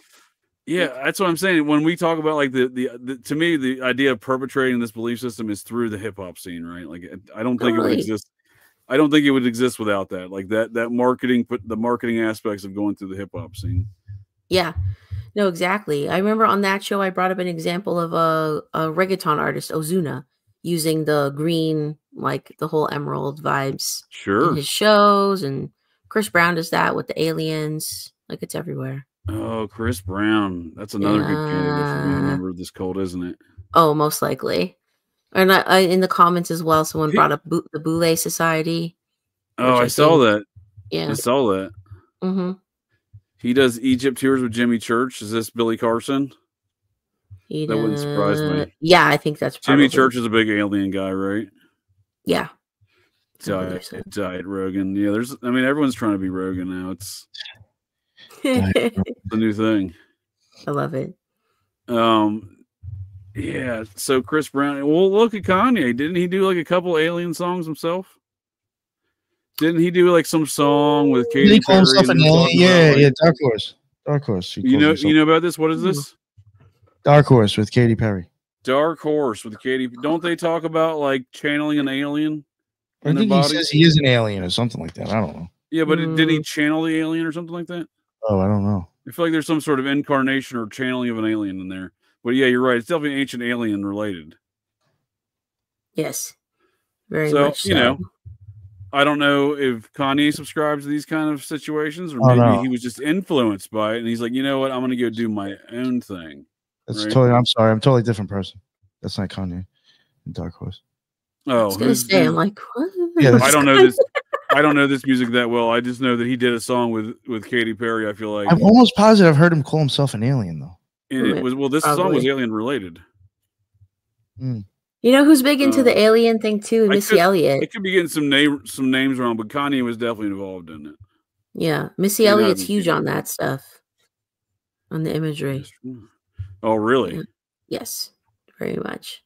I'm not that familiar with some of this music, but I'm not surprised to hear these things because, again, when you have somebody like Dwight York and Africa Bambaataa involved in this early onset of this whole hip hop scene, and everyone still pays homage to these men, despite York being in prison for kid trafficking, kid diddling, in a supermax prison next to terrorists. They still seem to pay homage to him, and I just think that's what's permeating this whole. You know, throughout again, it seems to just permeate throughout the whole hip hop scene. I've never been a big hip hop fan, so I'm kind of looking at it from the outside in, and I see it everywhere. Yeah, you bring up Chris Brown, I immediately am like, yeah, I could see that dude fit into this scene. And that's when I immediately was like, well, I think Kanye did an alien song, and I wouldn't be surprised if Chris Brown, you know, that he's done the alien songs. Yeah, I mean. Chris Brown, it's not even his songs. It's like the imagery that he uses in his albums, like on his tours and stuff. It's like, whoa, okay. It's like very overt. Same with Missy Elliott. It's like UFOs coming down in the concert. Like what? Yeah. Yeah. And I think where he comes from, and I think folks of the interwebs have probably heard Operation GCD and me talking about, or even on the Occult Rejects, me talking about ancient alien cargo cults. I assert they all work together. And as we saw in the introductory of that Grammy performance by Nuwabian Outcast of the 2004 Grammys, that was Jack Black, a presumed Scientologist who, again, paid homage to L. Ron Hubbard and his Tenacious D songs, doing a little introduction there. So it just seems to me like it's a little ancient alien cargo cult working together, you know? Yeah. It's like the mashup introduction to the show here tonight with the Jay-Z and the Beach Boys song. Little... Yeah, here we go. E.T. with Katy Perry. Thank you. I appreciate that. I knew there was an alien song. Yeah, Thanks. like that's all about like incarnation of an alien or something like that. Yeah, and speaking of the reincarnation thing, that's in X-Men Apocalypse. Like the opening scene. Yeah, they're like trying to like transfer bodies. Is that dang? Of course, of course. Yeah, they put that one up, but I'll put it back up in a second. They're trying to transfer an alien. Yeah, well, they're trying to transfer bodies. Nice. For sure, she does. But yeah, they're trying to transfer the spirit from one mutant to inhabit the body to another, and to carry on the spirit of Apocalypse. Which I didn't think the X-Men got into that, but I'm not shocked. I'm not shocked at all. Yeah, in the X-Men Apocalypse movie, and it's he's from Egypt, the alien, and they're trying to carry. I believe I'm not remembering correctly, but I believe it's the spirit of like Ra being transferred over, and that's the same in Stargate. Same thing. Yep. Right. So I assert also, I've made this statement plenty of times before, and I'll make it again in the future too, probably. But Marvel Comics and DC Comics are this, in my opinion, are some sort of fan fiction to this thelemic science fiction ancient alien cargo cult worldview, right? And it's funny you mentioned that, you know, that's more Marvel stuff, and they can't Blade, that's Marvel, you know, with Wesley Snipes here. I just think a lot of the actors that are involved in these Marvel projects are members of the cult, or one of these cults that again work together, right? Yes. Subscribe to at least one. Yeah, I can't think of anything else when you're describing the X-Men thing. Again, I'm pretty sure that is the description of that Kanye song, like the whole incarnation situation. So it does seem to be the same concept. Yes. The Raelians. Yeah. Kanye, didn't he tweet their logo and that's what got him banned from Twixter? Yep. Oh yeah, that's right. The And swastika? if anyone's a Raelian, it's Elon, for goodness sake. Oh yeah. Or at least I can his see him being into ex-wife that. Grimes. Yeah. They were definitely into some occult stuff, it seems, by the looks of them, right? Oh, yeah. Who's she with? Especially She's with her. somebody else now who's like super. Wasn't there another artist that like had this story where she was like, "Hey, I got called over to their house to do some weird sex stuff," and they were into all this weird ritual sex stuff, like sex magic, and she bailed. I think I read that on Crazy Days and Nights, the entertainment lawyer's blog. Oh damn. Oh yeah. I don't remember which other artist, but yeah, because Grimes was like some sort of musical artist, right? Yeah, some sort. She's Canadian too, actually. Is she? Some sort. She gets her coffee at Tim Hortons, is what you're saying. She may. She's definitely had a double from Timmy Hose for sure. Oh, I want a double from Timmy Hose right now, actually. No, so her new boyfriend is that DJ Anima, which we talked about on the same like occultism and music show or whatever. And he's super into like the AI imagery and transhumanist imagery. It's very interesting. Yeah, that is interesting. So speaking of all this imagery, the which y'all picked up on and watching this. If we look at the Dermans specifically, they owned 19 fast food franchises. So at one time they had hundreds of employees under them. And the way to hit them is stop working for them and start working for self and kind. There's some Shriners cap going on, right? Business from the inside out. Well, Stop Dr. York. yourself to them as slaves, and then expecting to treat you other than a slave. There we go. We talking about working for the white man right there. Working for them. My philosophy is an eye for an eye and a tooth for a tooth. I'm not there we into go. turn the other cheek. I may be a Christian, but I don't believe in turning the other cheek. I think it's just a matter of time before people get the courage to start striking back. But they don't want you hurting them. And I think it's time for black people to start realizing that when they hurt you, hurt them back. I was watching a documentary series. I mean, I can see where folks at least can start pointing the finger at these folks for such a crime. And read this comment about Malachi being. Unless you're the sheriff, the sheriff's gonna be like, "I'm gonna get your hands off on this one here, folks." He started his first group in New York and was born in Massachusetts. He just doesn't want any trouble. I didn't realize that from age 12 he grew up in New Jersey. New Jersey also happens to be where the Dermans are from, Hackensack to be more specific. I remember thinking there's probably... Yeah, so I think we won't go too much into it there, but the guy, I highly recommend watching this fellow's video and investigation. He goes into the background of how the Dermans and Dwight York very likely could have crossed paths in the past there in their New Jersey connections. But we saw Dwight York kind of doing the aggressive, don't work for the white man, you're a slave campaign there with his Shriners cap. And Nick, you put together a number of photographs here relative to this Masonic. There's the clip we just saw with Mr. York, Dwight York, the currently incarcerated at the Supermax prison next to terrorists. I'm just saying, this guy not a good guy, not a good guy. Despite whatever hip hop wants to tell folks, I'm going to go ahead and say not a good guy. But that's him right there, and he's clearly got what we got here, the new Wapian Grand Lodge of Freemasonry. Now, why did they do a P in there, you think? What's that about?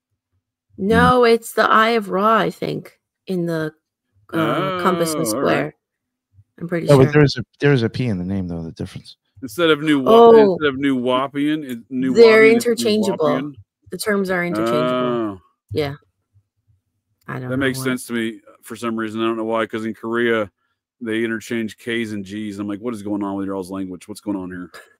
Don't do these things. It's confusing. Don't do these things. It's confusing. Mm-hmm. Yeah, the Shriners dress like clowns. Yeah, they do dress like. I mean, they had some interesting costumes. And this dude's kind of amalgamated a number of things going on here. He's got the Shriners hat. So, what are your all's what's your all's analysis here on this new Wapian Lodge? Because it's not an official deal, right? Like, this is kind of a unofficial.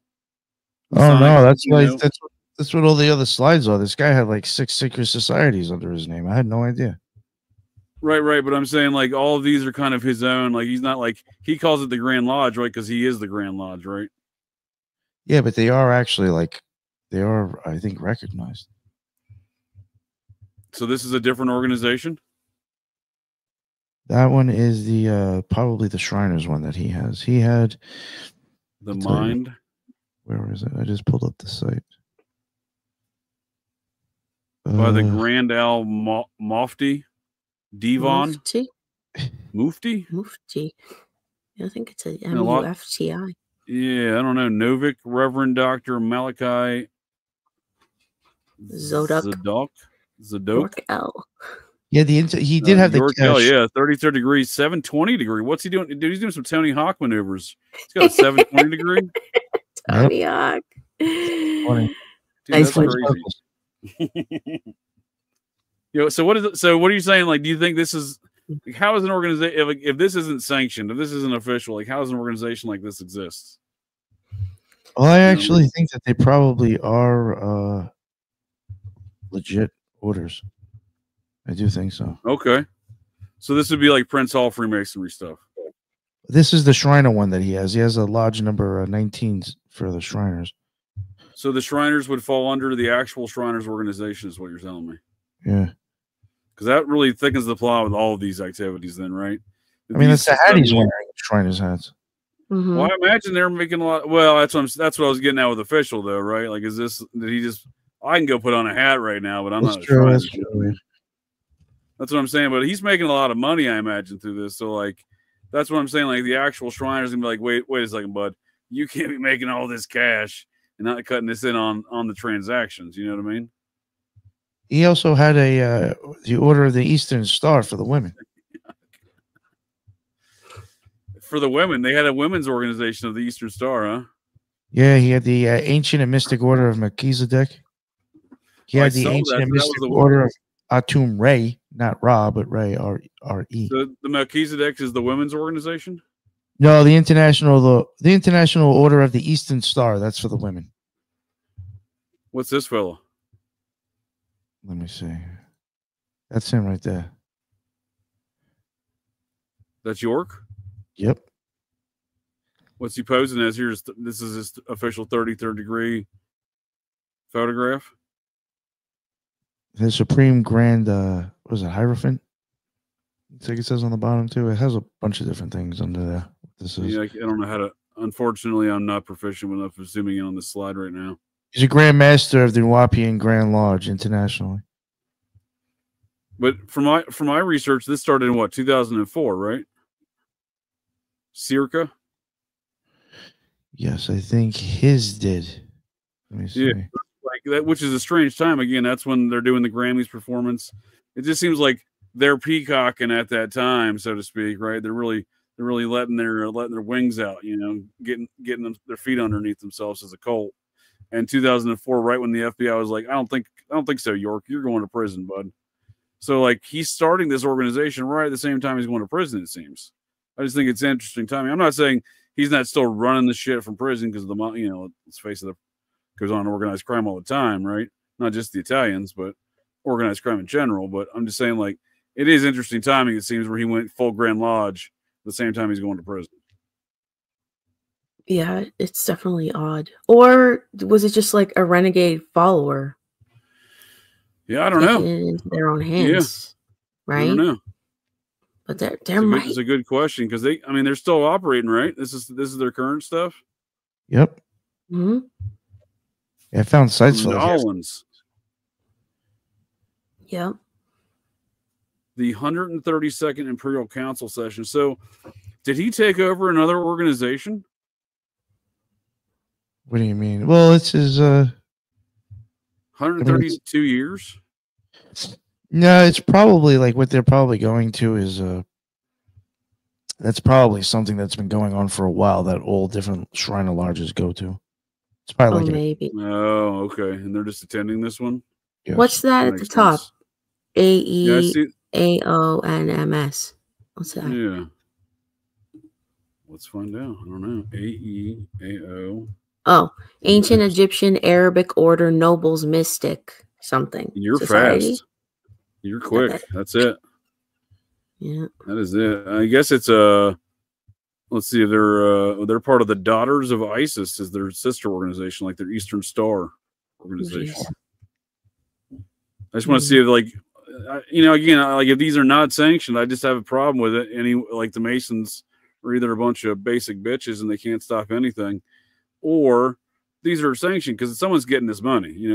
There's no transactions of this kind of money. Again, they build a 437-acre compound. There's no in running some Masonic organizations out there. There's some money coming in there where somebody's going to want to cut. You're not collecting stuff in the name of the Shriners, being like, oh, cool, yeah, we're just going to be accepting that. But this one claims to be incorporated all the way back into 1893. Wow, okay, fair enough. Actually, just found a. Sorry, go ahead, JJ. No, go ahead. I was just saying this seems to be official according to what I'm reading here. Yeah, so I just found a little thing on Googling that acronym. Oh, shit. So it says the Shriners International, formerly known as the Ancient Arabic Order of the Nobles of the Mystic Shrine, is an American Masonic society founded in 1872 in New York City. It is headquartered in Tampa, Florida. Now has 200 chapters across 9 countries with a global membership of nearly 200,000 Shriners. Damn, that's a big organization. And old, 1872. Well, apparently there's another organization here that falls under this umbrella, which is one that's been of interest to me as of late, and that's the Knights of Pythias. They have they call the Colored Knights of Pythias. Colored Knights. Out of 1880, actually says it's founded in 1864, but officially became a black organization in 1880. It looks like under the National Supreme Lodge of Grand Lodges. It says. Which again, this is all part of the Prince Hall framework of Masonry, which I find that interesting with relative to modern day interactions between Freemasonry, because to my understanding, I think it was like 20 years ago was the first time that the Prince Hall Freemasons and the Scottish Rite Freemasons had a joint conference, and it was 33rd degree Freemason Carl Linder of Cincinnati, Ohio, of all places, that was behind the organization of that conference. This is the fellow who used to own Kings Island, the amusement park, the Cincinnati Reds, Great American Insurance, a very large corporate insurance provider. Big money, 33rd degree Freemason guy. Brought them all together like 20 years ago. I just find it odd that there's such disparity, it seems like, between these organizations. Mm-hmm. They would operate for so many years without any sort of joint conferences or whatnot, right? I don't understand the ins and outs of it, right? So they may have different Freemasonic belief systems. I have no idea, but I'm just saying it seems odd. And I didn't know there was the Colored Knights of Pythias. That's brand new information to me. Yeah, I never heard of but, that before. these organizations, they do all, that's what I'm saying. They usually, to me, they all seem to work together, but when they don't work together, I find that that to be the anomaly, right? So this is the Ancient and Mystic Order of Melchizedek. Melchizedek's an interesting name to get. I think that's like, we're talking about Old Testament stuff. Mm-hmm. Because the Mormons, they have a magical order of Melchizedek. Yep. Yes, they do. I believe I was I'm sorry, disregard. I call it magical order. They call it priesthood. They never enjoyed it when I called it magical order either. But yeah, I think I got inducted into that. Yeah, I was 14, I believe. Oh shit. Yeah, same Melchizedek. I don't know who this Melchizedek character is, but he seems important to a lot of different organizations, from the Mormon Ancient Aliens to the New Wabian Ancient Aliens. But what was your take on this Ancient and Mystic Order of Melchizedek? Wasn't much I could find on it. I just showed that there's a Facebook page that shows it's still in existence. It could be. But so, is this? Did you see is there a Masonic deal? What are we talking here? This one, it could just be something that he started with, like his own belief system. I have no idea, or it could be falling under umbrella. Seemed to shift. Yeah, his belief system seemed to shift by the week, right? He went through so many identities, right? Depending on which theory he's pimping out that week. right. He adapted so many different names. He actually at one point adapted a Native American name, didn't he? I think I remember that. Yeah, I gotta look that one up. That was a good one. Yeah, he had so many names. Well, I know biblically, Jesus is supposed to be from the lineage and the priesthood of Melchizedek. Oh, is that how that works? Okay, well, I appreciate. I knew it was important, but I appreciate the context there. So that is a very important character then. Yeah. So just quickly to give some context, sure. The Bible so the Bible describes Jesus as a priest forever in the order of Melchizedek in Psalm 110. And in Hebrews chapter 7, it explains that Jesus is a priest in the order of Melchizedek because he was not a descendant of Aaron, and therefore would not qualify for the Jewish priesthood under the law of Moses. So just indicating that Jesus' priesthood is not determined by his genetics. I guess. Nice. Well, thank you. I appreciate that. So it is a very interesting character then. I can see why it's being used across numerous theologies here amongst the ancient alien cargo cult folks, including Chief Black Eagle. That was the name that Dwight York decided he was, but only when they moved down to Georgia. He's like, you know what, folks, we're no longer in the Big Apple. We're going down to Georgia. You can call me Chief Black Eagle now. My God, so many names. But I wonder if these were just different phases he went through, or by different phases I mean different money laundering operations he set up. Because if he's sex trafficking, right, he's got to do something with that cash. So he's like, you know what, run a couple $100,000 through the ancient and mystic order of Melchizedek. And folks are like, well, what is that? And he's like, exactly. No one's ever going to find. You know what I mean? Maybe this isn't even a thing. Maybe this only exists as a Facebook page. And the idea of laundering money from Dwight York. Maybe that's all you need to show the IRS. Like you have a location. That's what I'm saying. Like, no, we have meetings. Yeah, we got a Facebook page. Yeah, we got followers, right? Tax exempt. Approved. Perfect. Ready to go. That's how the Mormons do it. Well, I wonder how they have the Scientology deal, because they have the Dwight York, book, all these book centers everywhere, right? And the one in Brooklyn as well. And what Scientology has done is somehow sell all of L. Ron Hubbard's books and his bookstores and Scientology's all under the same tax-free umbrella. So I wonder if they have a similar situation for all of Dwight York's books, and all of the cult's books are all under the same tax-free umbrella. That's a good question. You know what I mean? Because remember, we went through a lot of their tax stuff, and it seemed like they set up their entities similar to Scientology, where each org, or in this case, a book club or bookstore. I mean, I keep calling it book club, bookstore. Each New Wabian bookstore was its own separate corporate entity. That's the same way Scientology sets up their structure. I'm just saying. Makes sense, though. Interesting. Real gives me some real Xenu vibes. The this one seems pretty elaborate though. Which one's this one? The Holy Tabernacle Ministry? Ministry, yeah. Got a lot of Shriner stuff going on here, huh? A lot of Nation of Islam stuff, maybe? It's got a lot going on or something. It's got a lot of something, all right. Yeah. What's this? The Ankh? What are we talking here? Yeah. Mm-hmm. We got the Eye of Providence. They love that. Eddie Murphy coming to America. Yo, he does kind of. He does. I thought that too. Oh my God! Totally looks like him. That's awesome. That's awesome. I don't know who this character is supposed to be. I'm assuming this is Black Jesus. I'm just saying from my initial assessment. When I first saw this, I'm like, oh, there's Eddie Murphy and Black Jesus. I feel like there's a Black Moses that looks like that or something. Oh, okay. Well, there you go.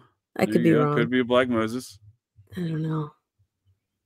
Either way, it's a lot of stuff going on here. So maybe this is another organization, right? This is separate from the Melchizedek Order. This is separate from the New Wabian Lodge. It's so confusing. Is that correct, Nick? Is that the situation? Say it again. This is a separate situation than the New Wabian Grand Lodge. Yeah. These are all separate that he has. Yeah. These are all separate deals, right? So the dude's got a lot of stuff going on, right? He invented hip hop. He's part alien. He's building pyramids. He's running all of these organizations. I'm saying he's a busy dude. And then he still had time to diddle all those kids.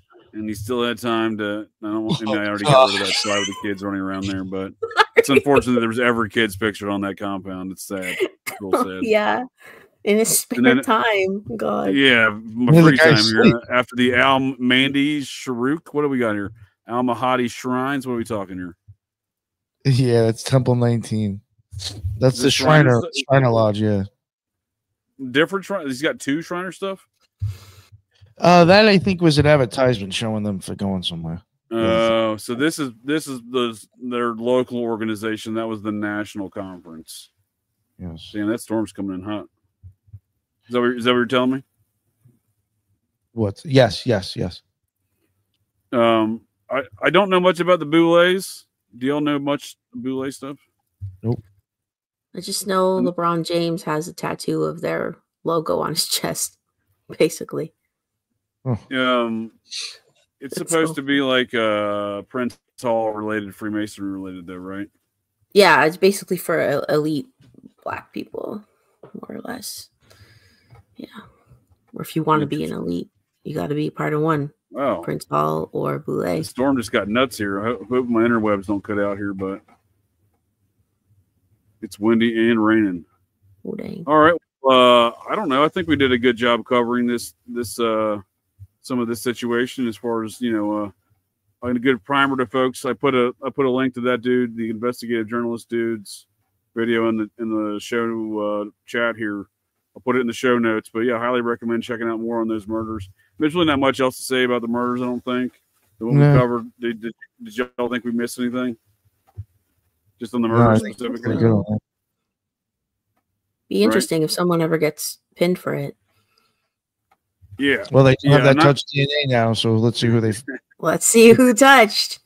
Well, I'm always curious about these touch DNAs and the you know, whatever science is going behind these things and the people involved in it, right? Like we've covered it in the Idaho 4 series we've done, Nick, with Ron there from Wicked Planet. We've covered the use of the touch DNA and the investigative genealogy that has been conducted relative to Penn in the case and properly on Brian Kohberger. But some of the folks behind this are very odd folks, if you ask me. Like in that case, it was Othram Labs out of Texas, which is financed by one of the PayPal mafia, Elon Musk's buddies, through the Silicon Valley Bank. And that they collapsed, you know, last year, or I guess 2 years ago, I think now, right? So, you know, there's some very shady, seems like some very shady financial stuff behind these private labs that are suddenly making this revolutionary discoveries, and I think are largely improperly using the technology. I'm not saying that you can't find DNA at a location and do reverse kind of engineering through investigative genetic genealogy, IgG. I agree that certainly can be done. What I'm saying is they're finding this touch DNA using the PCR test to amplify it, right? And then they're increasing the volume of samples exponentially. They're like to make it look like there's more evidence there than there isn't, right? So that's the problem I have. I think that if you find an actual DNA sample and you can reverse engineer that, great. That's certainly plausible and it obviously can be done. That doesn't seem what's been going on with these touch DNA situations, right? The inventor of the PCR test, Kerry Mullis, the guy that was kind of infamously brought to light during the 2020 shutdown of the world, you know, because his test was being used improperly. He was dead 6 months before the shutdown, but that just seems convenient. But he volunteered to testify for O.J. Simpson, saying the state was improperly using his PCR test to frame O.J. Simpson with DNA, and he was right. This is the dude who won a Nobel Prize for the test. I think he knew what he was talking about. You know what I mean? It's his test. So they're doing the same shit with that. That's why I get concerned when they're doing these things, and especially private labs. Another prominent private lab, not Othram, happens to be located Parabon Nano Labs. They're like the premier in this technology and IgG investigations. They're the top of the game in that market, and they're located in Reston, Virginia, which is Spookville, USA. You know what I mean? Just makes you wonder, and some of the stuff they're involved in is spook activities, you know, within that corporation, right? Just makes you wonder what's really going on with some of these magical tricks, if you ask me, they're doing with some of this DNA. So I don't have a lot of confidence necessarily that they're going to solve anything here. Yeah, it doesn't sound with this touch DNA stuff. Yeah, and they don't necessarily seem motivated, right? Again, the sheriff is just like, yeah, somebody did it. You know what I mean? Like he just doesn't. He really just sounds like he does not want to disturb that rock. Yeah, you know, he does not want to look under there. He's like, I don't know. Doesn't want trouble. He's not into it. He's not into it. Because again, like, I mean, it's good for him. He did the interview and whatnot, but like, you know, the real question is, why haven't you solved this, bud? Like, what's going on, right? Like, you know what I mean? Like, it's not like, oh, maybe the cold did, you know, like, doesn't seem like anyone really cares. That's what these cases like this, like the Sherman case, like when no one really cares and everyone's trying to pretend like it's not some sort of obvious hit, like a professional murder. Like, I'm like, let's look at the obvious here, folks. Like somebody knew what they were doing when they killed these folks, and this is obviously murder. Mm-hmm. And it's in those situations where it's so obvious, and then the cops are just like, I don't know, somebody did it. Maybe they were either paid off, or they don't want to start in this case of the in Georgia. Maybe they don't want to start like a racial war. Well, that's where I was going to probably getting paid off. I mean, I'm not going to start pointing fingers, but let's just look at a similar kind of weird political circumstance popping off in an area, not all that too far from this area of Georgia, and that's southern Kentucky there, where that sheriff popped off that judge in his own office and shot him. And there was implications of child stuff going on around that. So like that whole situation, to my understanding, hasn't fully been flushed out. Everyone's really like, oh, well, we're not gonna discuss motive. You know what I mean? The sheriff claimed he did it. He's on video doing it. Of course he's gonna admit doing it. But apparently the judge had inappropriate communications with the sheriff's daughter on his phone. Wow. You all not familiar with this case? No. Oh, dude shot him right on camera. Sheriff just said, boom, you're done. They went out to lunch, came back into the judge's office. Dude's on camera looking at the judge's phone. They'd known each other for years. The judge in this rural county there in Kentucky, the now sheriff, or then until recently sheriff, he had been the bailiff for that judge. So they had a long-term professional relationship, at least, right? Oh, wow. Not personal. But there was something that tripped dude off about seeing the judge's phone about communications with his daughter, and on camera in the judge's office, he just pops him and kills him right there. Wow. Walks out like they just, nothing happened. Some Michael Corleone stuff. Jeez. Right? Took him to lunch. Took him out. Applications around kid stuff there. I'm just saying, when you get to these counties, like if Dwight York's running a sex trafficking operation out of a rural county in Georgia, like how much, and the feds bust it, right? Well, how much did the local sheriff know? Because the feds are the one that busted it, right? Not the local. Yeah. The local sheriff's not like, I saved the day, guys. I busted the cult. No, that's not what happened here. The feds came in there and did that. Yeah. You probably knew about it the whole time. Well, when you're saying taking money, I'm telling you, I've seen some of the photographs of that nightclub.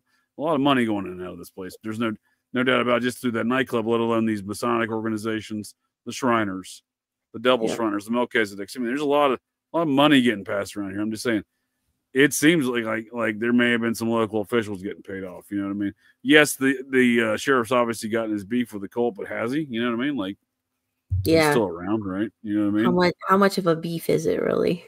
Yeah, like he didn't bust these people at all. I mean, he busted them on little stuff, right? Petty things, right?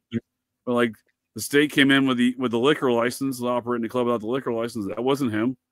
And then the feds came in with the diddling stuff. That wasn't him. You know what I mean? What at some point in time when you're like, look here, buddy, what are you doing? 28 years as the sheriff? You know, like what have you done? You know what I mean? Yeah. Maybe that's me. Maybe I'm hypercritical about some law enforcement, lackadaisical law enforcement like that. But it seems odd when so many crimes are being committed and the sheriff's just twiddling his thumbs like somebody did it. You know what I mean? Like, I'm not worried about somebody did it. Somebody. You have to. It's a ritzy community. The community's got to be concerned, right? Like, it's a wealthy community. Unsolved murder of an elderly couple that got murked in their house with almost no evidence. I have to imagine these rich people of that lake community, if not the county, are like, we're concerned about this, right? But the sheriff, he didn't seem concerned. Cool as a cucumber. Yeah, that's true. Yeah, I don't know. It's weird. Definitely weird. It is strange. I mean, I didn't really know about this case until I saw that video, and definitely going to keep an eye on it. But I appreciate Nick, Theresa. I appreciate you all joining me to talk some ancient alien cargo cults and mound murders. Do you all have any closing thoughts on the subject and/or what's up next on the Occult Rejects and Spiritual Gangsters, for that matter? Apologize for Theresa. No, that's okay. I find this just a very interesting case. I find it weird that they both lived near each other and they moved again. Too much just weird stuff on with that guy. I think it's quite possible that there's some sort of hit was going on, a retaliation or in a war, possibly between orders. Maybe, I have no idea. Dueling wizards. Yeah, I don't know. Who knows? But I definitely think doing wizard stuff here with this connection for sure. Seems weird. Yeah. Yeah. Indian burial ground stuff for sure. Theresa, what were your? Do you have any closing thoughts here on the subject? But I appreciate those thoughts, Nick. I definitely agree with you there, man. It's definitely seems to be like possibly some occult stuff at hand here again. Seems to be a lot of beef between these factions, the Dermans and the New Wabians over the years. And again, yeah, the proximities they lived in, very odd, very odd. But yeah, very Theresa, did you have any closing thoughts on the subjects here tonight? Yeah, Appreciate I mean, your time again. Well, thank you for having me. This was really interesting to discuss. But yeah, I mean, I think if for people to take away anything, I'd say like encourage them to look into like the Nuwabian beliefs. Yeah, definitely look into like the Nuwabian nation beliefs, and you'd be surprised like how prevalent it is in our popular culture, and even in like the conspiracy community. Like a lot of like the more pseudo spiritual things that float around, these kind of concepts, where they come from, you might be surprised. So yeah, Billy Carson, that was a great example you brought up. I mean, that immediately clicked with me because, like, again, I saw the Emerald Connection immediately and the ancient Egyptian thoughts, the alien thoughts. I'm like, well, yeah, there you go. Yeah, that's and how it all ties back to, there's a lot of talk about aliens, UAPs, UFOs right now. Big time. So brush up. I'm not buying any of it, but there's a lot of it going on. There is. I think we'll see a lot more once Trump is inaugurated, and I think that'll be the. Oh, I hope so. It needs to get more exciting. I want to see some better special effects. We need better psyops, man. Like, make me believe some more of the world shit over here. Let's do it. Exactly. Pop it off. No, I'm kidding. I don't want that to happen. I'm unimpressed with the level of taxpayer psyops that are going on here. We're spending a lot of money. I want to see a better product. Exactly. Where's my blue beam at? Come on. Let's go. But yeah, brush up. That's all I would say. Nice. I appreciate it. That's good stuff. Yeah, I get it. You're right. It's real strong in the hip hop industry. Real strong. Not just Jay-Z, not just podcasts. They're very influential in the hip hop community. That says big something. Time. It says something, in my opinion. Yep. Big time. Yeah. And what's up? So what's up next in your all's? You got anything planned for the Occult Rejects coming up, Nick, or the Spiritual Gangsters, Theresa? Anything? Well, for us, yeah. I mean, I got a couple of things scheduled to start recording. And hopefully, going to start with maybe 2 of the smaller ones, but I'm going to finally start with these documentaries. So I'm going to get those pumped out. Nice. Hopefully. Yeah.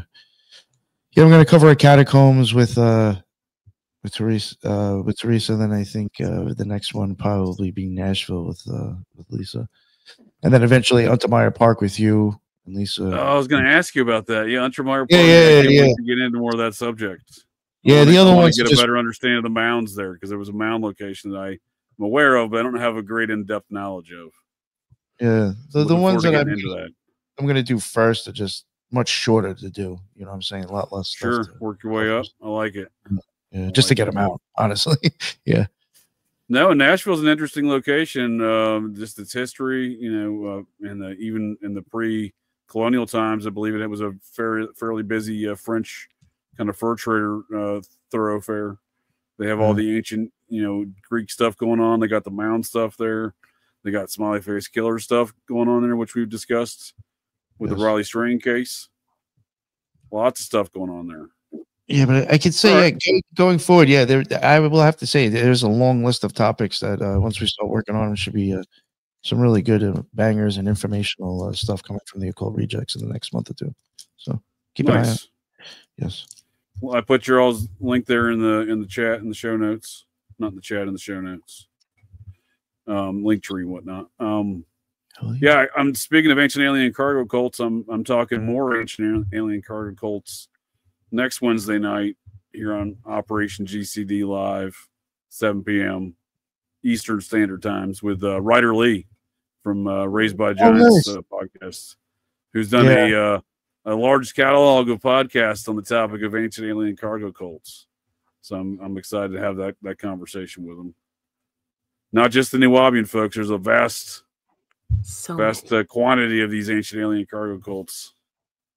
Oh yeah, I think me and him even touched on that when we were talking about kind of like the whole UFO psyop thing. I think you even you all did definitely touch on that. That's what made me reach out to him. I remember when I heard that, and we had that conversation with him about JFK. And but I remember mentioning it to him then that, I definitely have to pick his brain on some of these ancient alien cargo cults. He has an extensive knowledge there of them. Definitely relative to our current times of these alien psyops too, right? Because you all definitely touch base on that. Yes. All right. Well, you should mention your thing on Friday. Closing thoughts? Yep. Oh, well, yeah. Go ahead. No, go ahead. Go ahead. Yeah. Me and JJ, we're going to start going live like every Friday at night. So something to look forward to. Fun times. There you go. Yeah, we're going to do a Thanksgiving roast. Roast yeah, by Smoke Session, you know. Oh yeah, that was fun. It was like a nice. hangout. You saw it? Nice. Oh yeah, I think I saw a little bit of it. Yeah. Yeah. That was we're gonna do that again as a regular thing. I had a good time. Nick had a good time. Seems like I'm glad you enjoyed that. Seems like folks enjoyed it. Did. I like bouncing ideas, in that environment. It helps me get ideas for shows to do. Getting some of the thoughts out of my brain hole. You know what I mean? Yeah. Definitely. Yeah, got a lot of thoughts stuck up there sometimes. I appreciate Nick and Theresa. I appreciate y'all's time, folks of the interwebs. Any other closing messages besides Friday night smoke sessions? Nope. No. All right. Fair enough. Well, that's it. That's the show here, folks. So the next time you're out on the town, visiting your local watering holes, or perhaps just meandering around, and you hear the unmistakable sounds of metal clanking, and you spot signs of a disturbance, well, check your six. Look in that garbage can, 'cause you never can tell. The GCDs may be loose in your town.